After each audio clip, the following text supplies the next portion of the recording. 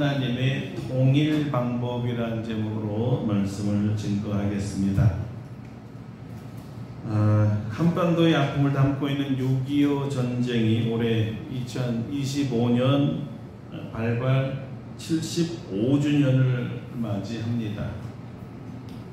6.25 전쟁은 1990년 6월 25일 일요일 새벽 4시에 북한군이 암호명 폭풍 224라는 사건 계획에 따라 북위 38도선 전역에 걸쳐 대한민국을 선전포고도 없이 기습하여 남침한 전쟁입니다. 교전은 1953년 7월 27일 정전협정이 체결되기까지 무려 3년 1개월, 정확하게 1129일간 이어졌고 사망자가 남북한 다 합쳐서 무려 300만 명이 넘습니다. 대한민국의 사람이라면 누구나 다 한반도의 통일을 원합니다. 여러분 원하십니까? 아멘. 그런데 문제가 있습니다. 통일의 방법이 다양하다는 거예요. 우리는 어떻게 통일해야 할까요? 우리는 이 방법은 오늘 성경을 통해서 배우기를 원합니다. 한마디로 말하면 우리의 방법이 아니라 하나님의 방법입니다. 완전하신 하나님, 공의와 공평의 하나님께서 원하시고 정하신 방법이라면 누구나 수긍하고 따를 것입니다. 그렇지 않습니까? 아멘. 하나님의 방법인데도 따르고 싶지 않습니까?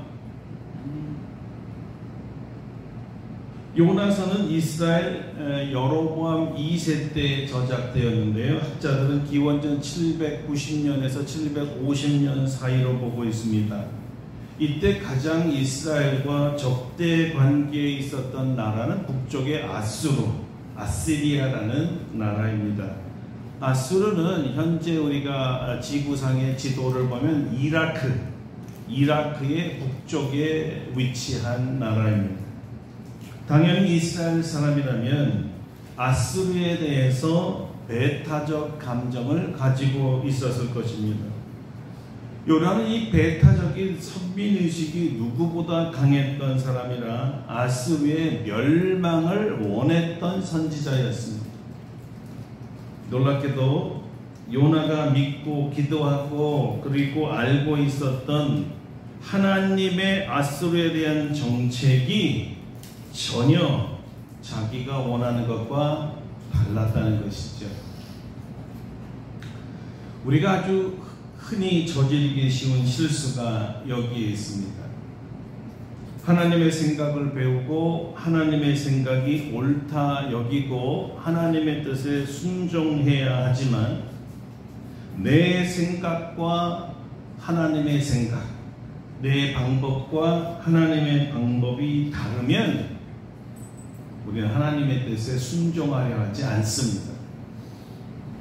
오히려 하나님의 생각을 바꾸라고 요구하기도 하고 하나님께 불만을 표현하기도 하고 오히려 하나님 앞에 손가락으로 삿대질을 하면서 이럴 수 있어라고 반항적이 되고요.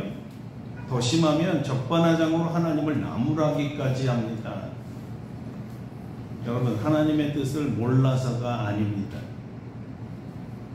하나님의 뜻을 정확히 알지만 자기 생각과 맞지 않기 때문에 고의로 불순종하고 고의로 반항하고 고의로 하나님을 외면하지요. 하나님과 적대 관계를 갖기도 합니다. 이러한 모습을 보여준 전형적인 사람이 바로 요나였습니다. 어쩌면 그 요나는 저와 여러분일 수도 있습니다. 그리고 국가적으로 보면 우리 대한민국일 수도 있지요. 자, 오늘 그 역사의 현장으로 한번 들어가 보겠습니다. 요나서 1장은 요나를 부르시고 사명을 주시는 그 모습으로 시작됩니다. 요나에게 주신 하나님의 사명은 이것입니다. 너는 일어나 저 큰 성읍 니느웨로 가서 그것을 향하여 외치라.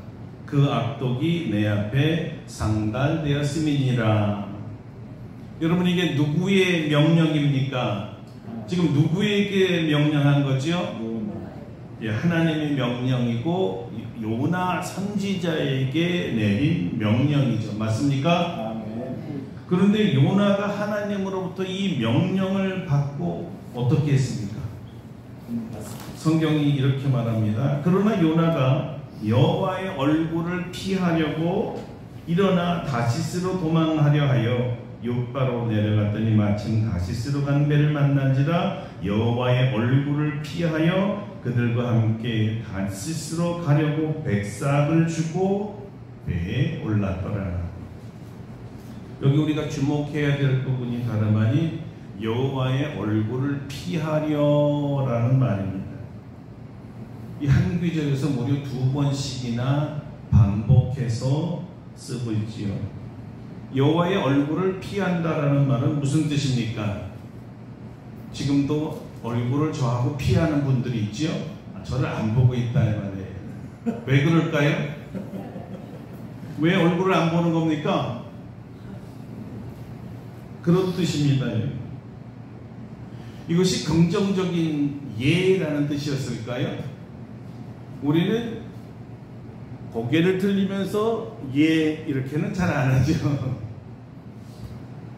그러면 부정적인 뜻이었을까요? 그것도 아주 적극적인 부정적인 표현 아니겠어요? 아니요, 전 안 갑니다. 아니, 못 가요. 이런 대답이었을까요? 얼굴을 피하다는 말은 문자적으로 하나님에게 향한 얼굴을 돌려서 다른 방향으로 본다는 뜻 아니겠어요? 설교자가 여기 있는데 왜 벽을 보고 계시죠? 왜 얼굴을 피하는 거예요? 자, 이런 말은요, 하나님 말씀 안 듣겠습니다 라는 거잖아요. 하나님 말씀 안 들을래요.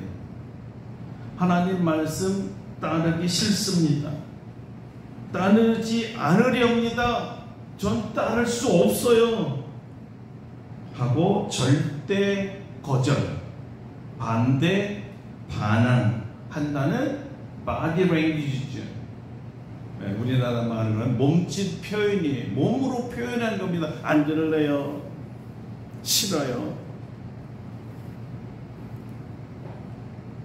아니, 하나님의 종이잖아요. 선지자잖아요. 하나님의 선지자. 그런데 어떻게 하나님의 종이 자기네 주인, 자기의 창조자, 자기를 부르신 하나님에게 얼굴을 돌릴 수 있죠? 이래도 되는 건가요? 여러분 같으면 그러시겠어요?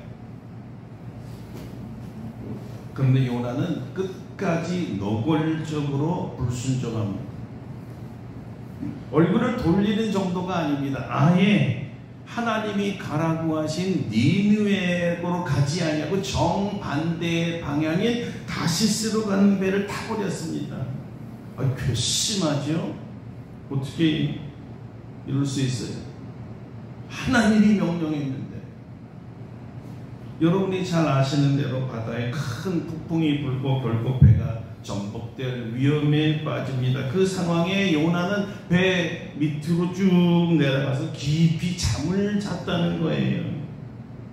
그러면서도 아주 뻔뻔하게 이 일이 일어난 것은 내가 여호와의 얼굴을 피했기 때문입니다 라고 배 안의 사람들에게 오히려 이심직고까지 하는 겁니다. 나 때문이에요. 내가 하나님 얼굴을 피했어요. 정말 얼굴이 두껍네요. 결국 요나는 바다에 던져지고 큰 물고기가 그를 삼켰죠. 배 안에 들어가서야 비로소 회개를 합니다.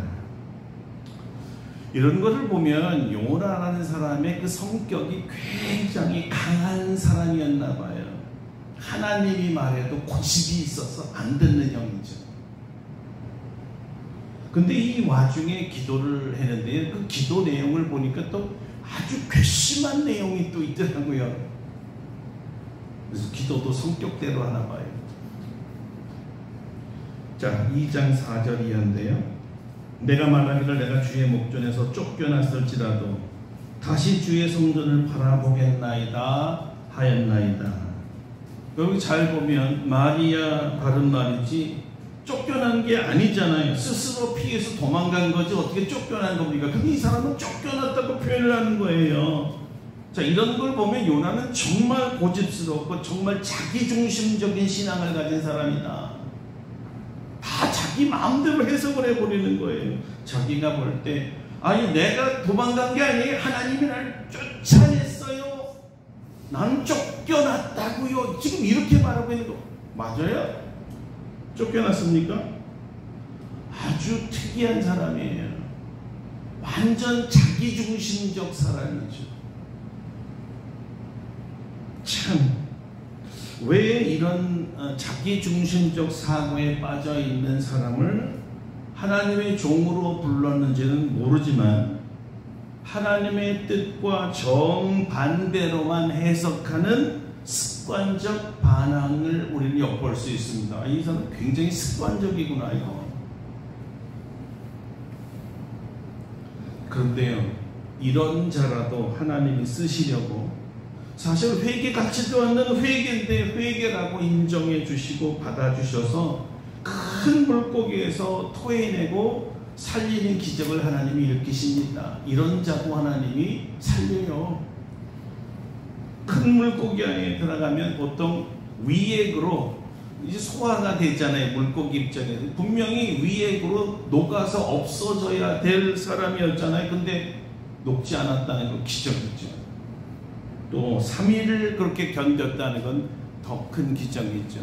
그리고 다시 물고기가 토해냈다. 말도 안 되는 기적입니다. 왜 하나님은 이런 엄청난 기적을 일으켜서 이런 종류의 자기중심적이고 고집이 센 이 선지자를 살리셨을까요? 그를 사용하기 위해서였습니다. 참 이것도 우리가 생각할 땐 불가사의한 일입니다. 이해가 잘 안 됩니다. 그걸 어떻게 알죠? 요나서 3장 1절입니다. 여호와의 말씀이 두 번째로 요나에게 임하니라. 이르시되 일어나 저 큰 성읍 니느웨로 가서 내가 네게 명한 바를 그들에게 선포하라 하신지라. 두 번째 같은 명령을 내렸습니다. 하나님이 명령하신 내용이 무엇일까요? 죄악을 회개하라고 전하라고 했던 거예요. 사실은 그게 전부가 아니고 회개하라 뒤에 한 가지가 더 있었을 겁니다. 뭐였을 것 같습니까? 네? 회개하라가 끝이 아니고 그 뒤에 한마디가 더 있다면 무슨 말을 했을까요? 회개하라 그리고 구원을 얻으라 였을 겁니다. 근데 이게 요나가 싫어한 하나님의 메시지였다고요.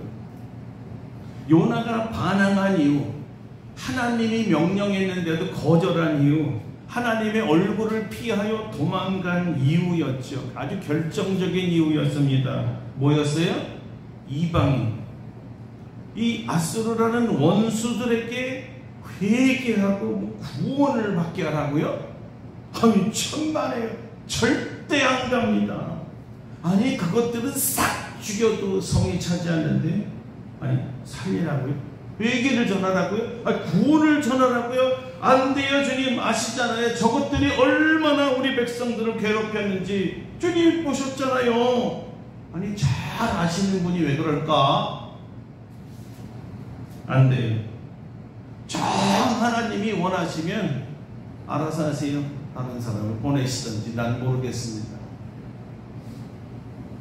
이게 요나의 거친 반항의 이유였습니다.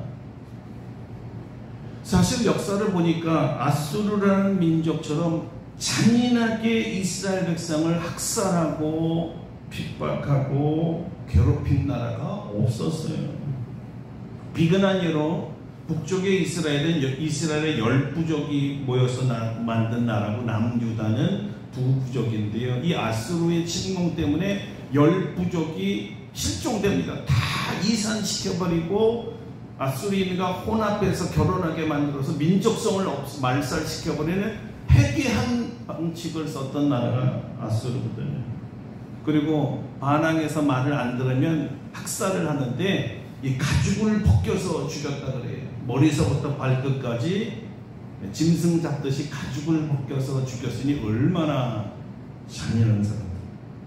그런데 이런 민족에게 회개를 전하고 뭐 구원을 얻으래요? 이게 말이 됩니까 하나님?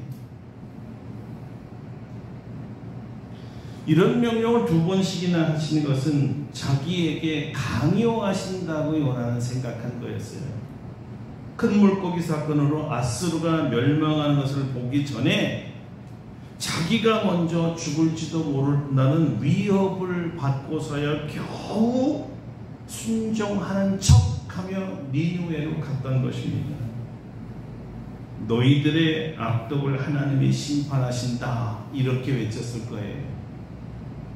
요나의 표현대로라면 40일이 지나면 니느웨가 무너지리라, 이게 전부였습니다. 그러니까 회개하라, 구원을 받으라 라는 메시지는 없었습니다. 여기서도 요나라는 선지자가 정말 괘씸한 친구구나 라는 것을 감지합니다.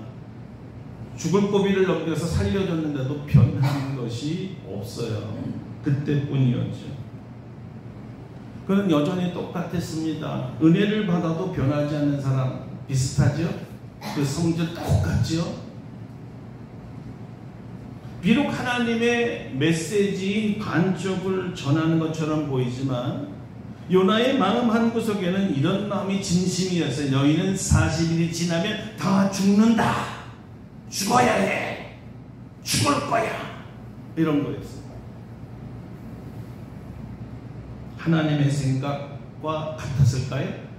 하나님의 의도와 같은 건가요? 전혀 다른 것을 전했습니다.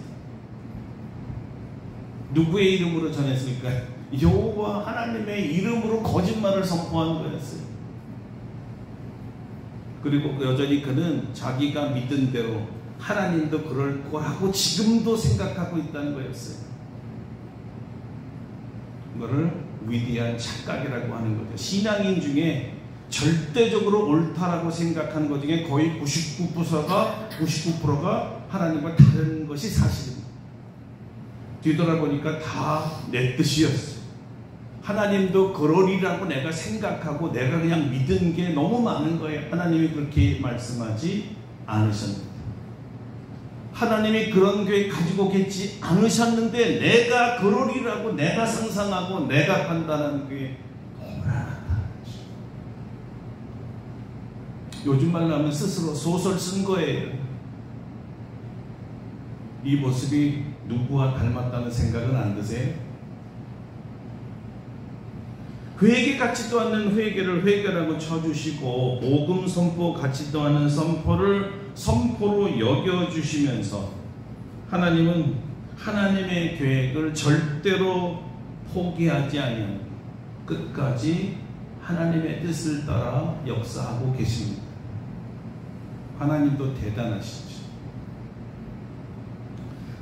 선포 같지도 않은 선포를 들은 니느웨의 백성이 말이죠, 이 요나의 메시지를 지고 회개를 하더라는 거예요. 하나님께서 이 민족을 살리기로 작정하셨기 때문에 회개의 영을 부어주셔서 민족적인 대회개가 일어났던 거예요. 마치 우리나라 1907년에 대민족 회개 운동을 일으키셨던 것만이죠. 하나님이 하신 거예요. 사람이 한 게 아닙니다. 어떻게 됐을까요? 3장 10절입니다. 하나님이 그들이 행한 것, 곧 그 악한 길에서 돌이켜 떠난 것을 보시고 하나님이 뜻을 돌이키사 그들에게 내리리라고 말씀하신 재앙을 내리지 아니하시니라. 하나님이 원하시는 건요, 심판이 아니라 무엇이죠? 구원이었어요. 구원. 사망이 아니라 생명이었고요. 구원하시려고 회개하라고 했던 거예요. 회개를 해야 구원하시니까. 이것은 예수님의 말씀과 정확하게 일치합니다. 요한복음에 이렇게 기록되어 있죠. 하나님이 세상을 이처럼 사랑하사 독생자를 주셨으니 이는 저를 믿는 자마다 멸망하지 않고 영생을 얻게 하려 하십니다. 할렐루야. 아멘. 멸망이 아니라 생명을 주려고 영생을 주기 위해서 오셨다는 거예요. 그리고 그 다음 17절은 더욱더 중요한 말씀입니다. 성경은 하나님이 예수 그리스도를 이 땅에 보내신 이유를 분명하게 말했어요. 이렇게 말이죠. 하나님이 아들을 세상에 보내신 것은 세상을 심판하려 하심이 아니요 그로 말미암아 세상이 구원을 받게 하려 하심이라. 할렐루야. 아멘. 할렐루야. 아멘. 여러분 아셨죠? 아셨습니까? 아멘. 죄인 악랄한 이 악인들에 대해서 심판하려는 것이 아니라 오히려 그들까지도 구원하려고 하는 것이 하나님의 뜻이에요. 이것이 하나님의 방법이었고요.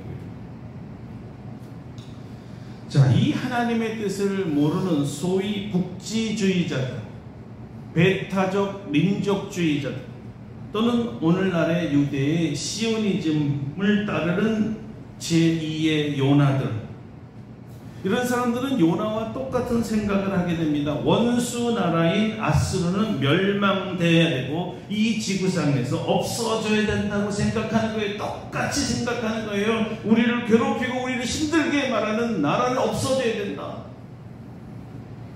그러니까 이들에게는 전쟁이라는 것밖에 방법이 없는 거예요. 없애려면 전쟁밖에 없습니다.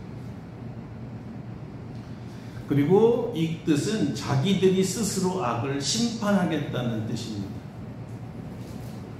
오직 심판자, 재판자는 하나님이신데 하나님의 일을 자신들이 빼앗아 하겠다고 하는 거니까 하나님의 주권에 대한 도전을 말하는 거였어요. 이 사람들은 하나님은 자기 편이들이기 때문에 자기들이 전쟁을 일으키면 전쟁에 승리하도록 도와주시기만 하면 된다는 거예요. 자, 그런데 이것이 관철되지 않으면 어떻게 될까요? 그때부터 생떼를 부리기 시작합니다. 여호와여 원하건대 이제 내 생명을 거두어 가소서. 사는 것보다 죽는 것이 나음입니다. 요나가 이렇게 말한 겁니다. 니느웨를 심판하지 않으시려면 차라리 나를 죽이세요. 우리 아주 좀 거친 말로 맷째. 하나님 내 뜻대로 안 해주시려면 아예 죽이세요. 아니 이게 어떻게 하나님의 종이죠?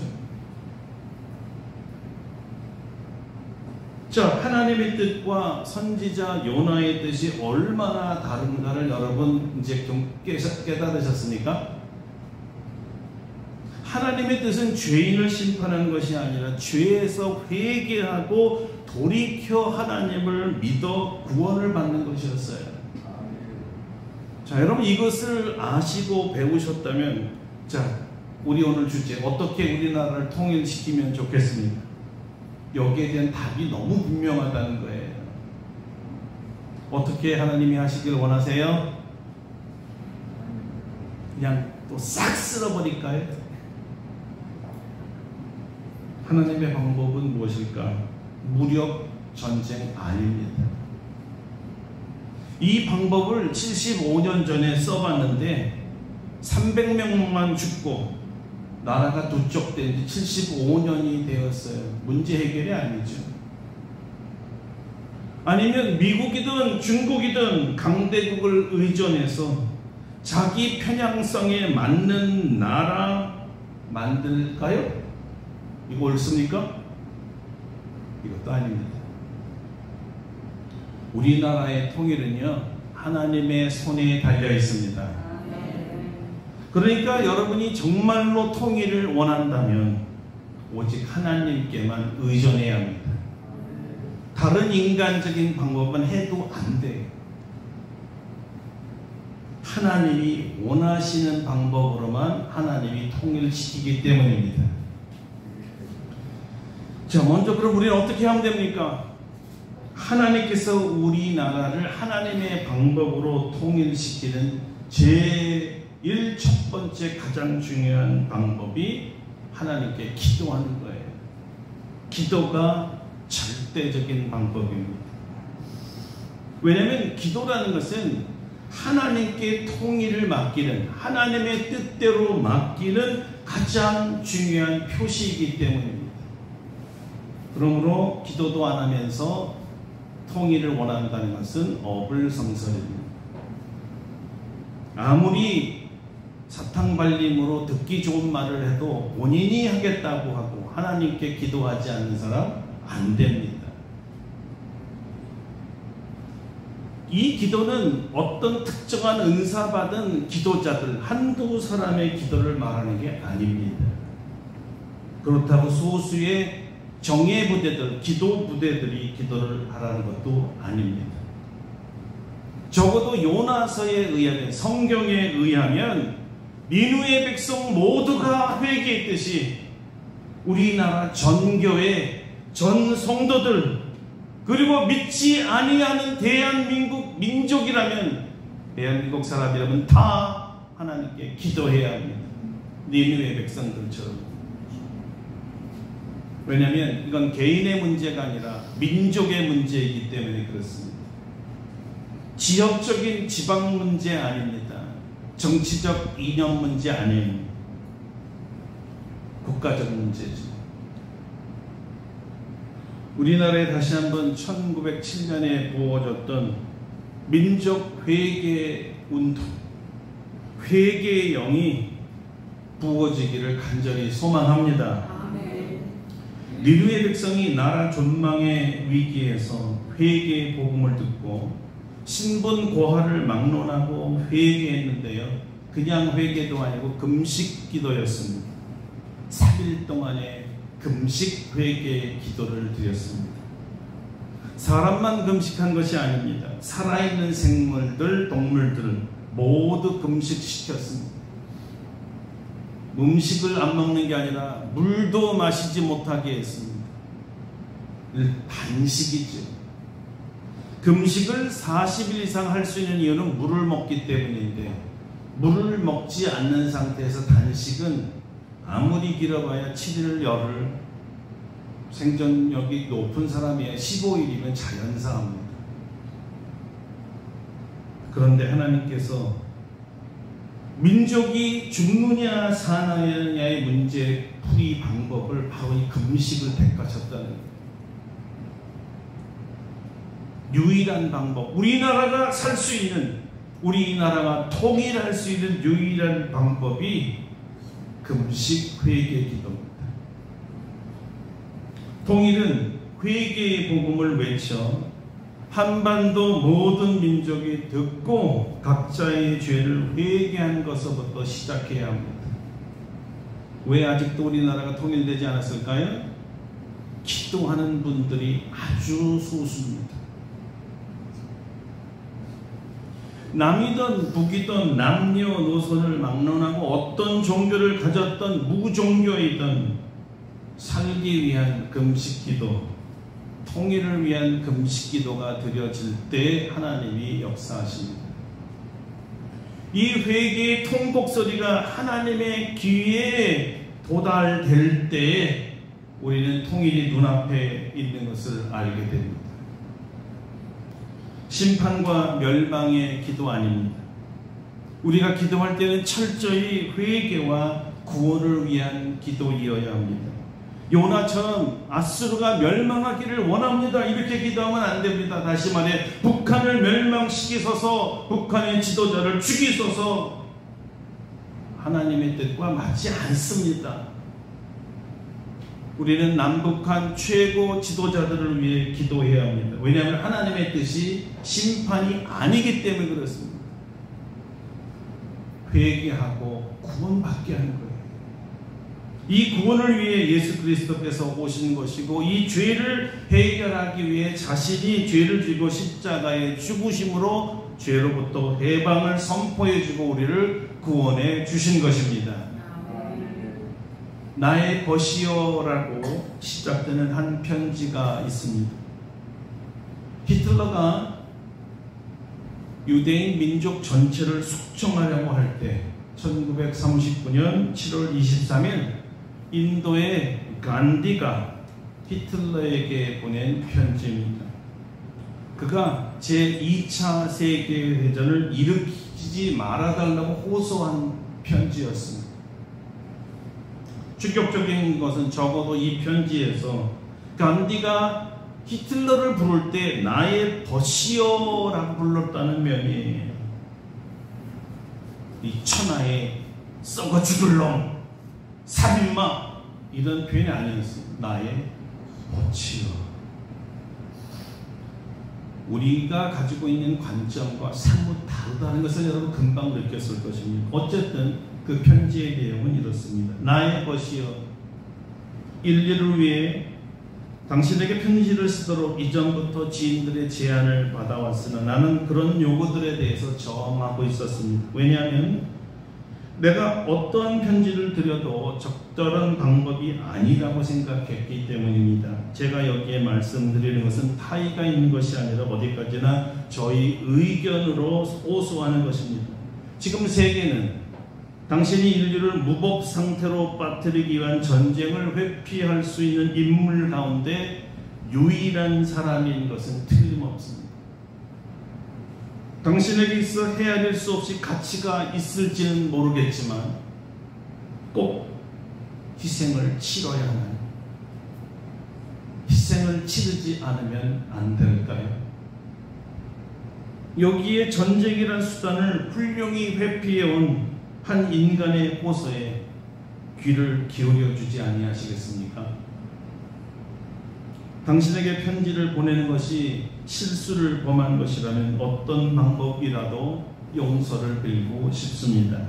히틀러에게 마음으로부터 언제나 성실한 벗에게 모한다스 카람찬드 간디. 여러분, 간디는 비록 세계가 미워하는 히틀러일지라도 벗이라고 부르고 전쟁을 피해달라고 호소하고 있고 끝에는 이렇게 호소하는 편지가 결례라면 용서해달라고 용서까지 구하고 있습니다. 죄악을 해결하는 방법을 안 사람이었습니다. 무력과 무력의 충돌보다는 펜이 훨씬 강하다는 것을 안 사람이었어요. 물론 이 편지가 받아지지 않았고 전쟁이 도발되었죠. 무슨 얘기죠? 인간적인 휴머니즘, 박애주의만으로는 부족하다는 증거입니다. 훌륭하지. 세계 중보 기도자 헨리 구르보 목사님이 계시는데요. Prayer Work to the World라고 아주 유명한 분인데 예수님과 함께 걸어서 기도하기 운동의 창시자입니다. 지금까지 50년을 전 세계를 걸어서 다니면서 중보기도 사역하고 계신 분이에요. 이분은 예수님께서 우리에게 주신 강력한 무기가 용서의 기도라고 합니다. 그분의 일화 중에 바로 히틀러에 대한 얘기가 있습니다. 히틀러가 죽어서 하나님께로 갔는데 하나님께서 너는 살아있을 때에 예수를 믿지 않았기 때문에 천국에 들어올 수 없고 지옥에 가야 한다, 이렇게 말씀하시니까 히틀러가 이런 변명을 하더래요. 하나님은 불공평합니다. 왜냐하면 내가 살아있는 동안에 아무도 나에게 예수를 믿으라고 전해주지 않았기 때문입니다.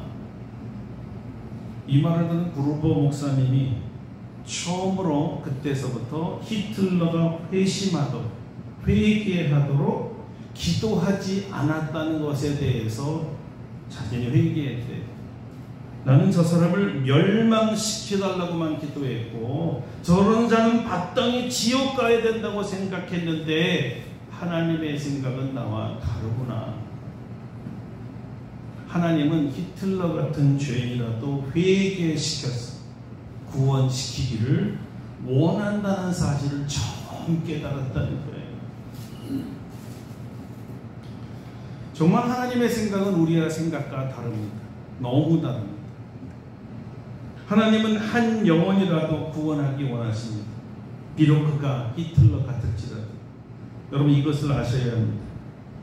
내 생각에 죽일 놈이지 하나님에게는요 죽일 놈이 아니라 회개시켜 구원시킬 사람이에요. 문제는 이 악랄하고 극악무도한 이 죄인들이 회개하려면 예수 그리스도의 복음을 전해줘야 하는데, 보통 하나님과 생각이 다른 그리스도인들은 이런 사람들에게는 고의로 일부러 복음을 전하지 않는다는 사실입니다. 요나하고 비슷해요. 저런 자는 지옥에 가야지. 복음 전하기가 아까운 거지요. 당연히 그가 회개하도록 기도 안 하지요. 자, 여러분, 여기서 우리는 요나에게 주신 주님의 말씀을 들을 필요가 있습니다. 하물며 이 성읍, 큰 성읍 니느웨는 좌우를 분별하지 못하는 자가 12만 명이요 가축도 많이 있나니 내가 어찌 아끼지 아니하겠느냐. 내가 어찌 아끼지 아니하겠느냐. 여기 아끼다는 말이 불쌍히 여기다는 말이에요. 구원의 복음을 듣고 회개한 영혼들을 하나님께서 불쌍하게 여기시고 심판이 아니라 회개시켜 구원시킨다는 뜻입니다. 여러분, 통일의 방법이 이것입니다.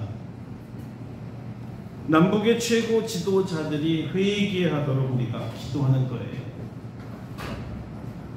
우리 한민족 전체가 회개하도록 기도하는 일이 가장 중요하고 가장 효과적이고 가장 경제적이며 가장 하나님이 원하시는 통일 방법입니다.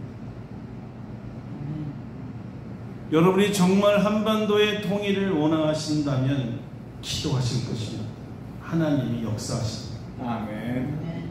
우리 민족을 하나님께서 불쌍히 여기셔서 원래대로 하나로 다시 만드실 방법 기도밖에 없고요. 만드실 분 하나님밖에 없습니다. 하나님이 하셔야 되는 거예요. 그러므로 여러분이 이 사실을 오늘 아셨다면 기도하셔야 합니다.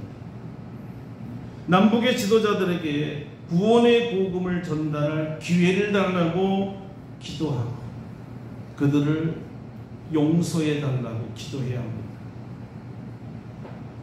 여러분, 우리가 통일을 위하여 하나님께 맡기는 이 기도를 시작하면요, 하나님께서 통일하기 위한 시작을 준비하십니다.